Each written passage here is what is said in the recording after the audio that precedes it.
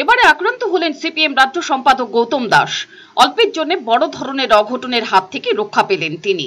ঘটনাস্থল বিশালগড়। অভিযোগের তীর বিশালগড়ের বিজেপি আশ্রিত নবাদুল বণিকের দিকে।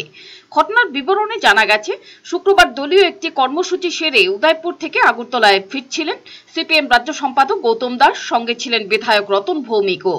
বিশালগড় হাসপাতালের সামনে গাড়ির ভিড় ছিল। সামনেই চলছিল বিশালগড় পুর পরিষদের ভোট গণনার কাজ, যার কারণে ভিড় ছিল রাস্তায়। ভিড়ের কারণে গৌতম দাসের গাড়িটি এগুতে পারছিল না। প্রত্যক্ষদর্শীরা জানিয়েছেন, হাসপাতালের পাশে একটি দোকানে বসা ছিল নবাদুল বণিক এবং তার সঙ্গী সাথীরা। হঠাৎ হোটেল থেকে বের হয়ে আসে নবাদুল। সে গৌতম দাসের গাড়ির কাছে এসে তার গলার মাফলার ধরে টেনে গাড়ি থেকে নামিয়ে ফেলার চেষ্টা করে।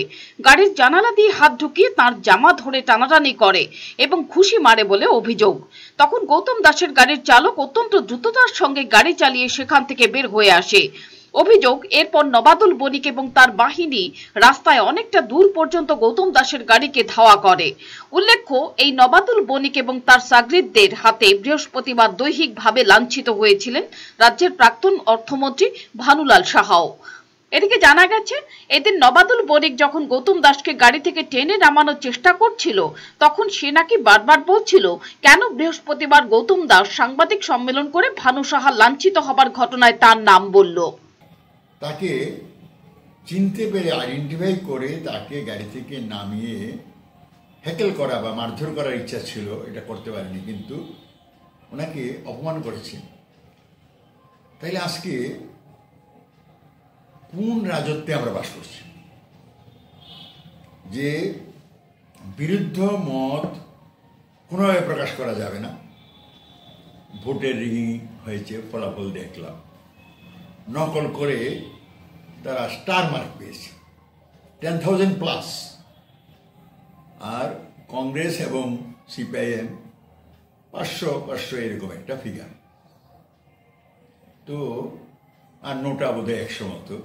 তাহলে সব মিলিয়ে 1100 ভোট বোধহয় বাইরে কোনোরকম গেছে, আর বাকিটা ছাপ্পা মেরে তারা এই কাজটা করেছে। আমি কালকেই আরোকে লিখেছিলাম আমার আক্রমণের পর যে এই এলাকায় মার্ডার অফ ডেমোক্রেসি হয়েছে, কিন্তু তাদের কোনো হেলদুল নেই। তো এখন এই পরিস্থিতিতে প্রশাসনকে নিষ্ক্রিয় করে পুলিশকে দর্শকের ভূমিকায় দাঁড় করিয়ে যে রাজত্ব ওরা চালাচ্ছে, এই রাজত্বে শুধু কমিউনিস্টরা নয়, গণতান্ত্রিক মানুষ আতঙ্কিত, ভীত সন্ত্রস্ত, অসংখ্য ফোন আসছে। এইভাবে চললে কি করে চলবে? আপনাদের রাজত্বে আমরা অনেক দাবি আমরা পূরণ হয়নি বলে আপনাদের উপর অভিমান করেছি, কেউ কেউ আমরা বিরুদ্ধেও ভোট দিয়ে ফেলেছি, কিন্তু কোন রাজত্ব প্রতিষ্ঠা হলো? আপনাদের রাজত্বে শান্তি গণতন্ত্র ছিল, আজকে সেটা একেবারে উধাও হয়ে গেল। Pure Report, Channel Din Raat।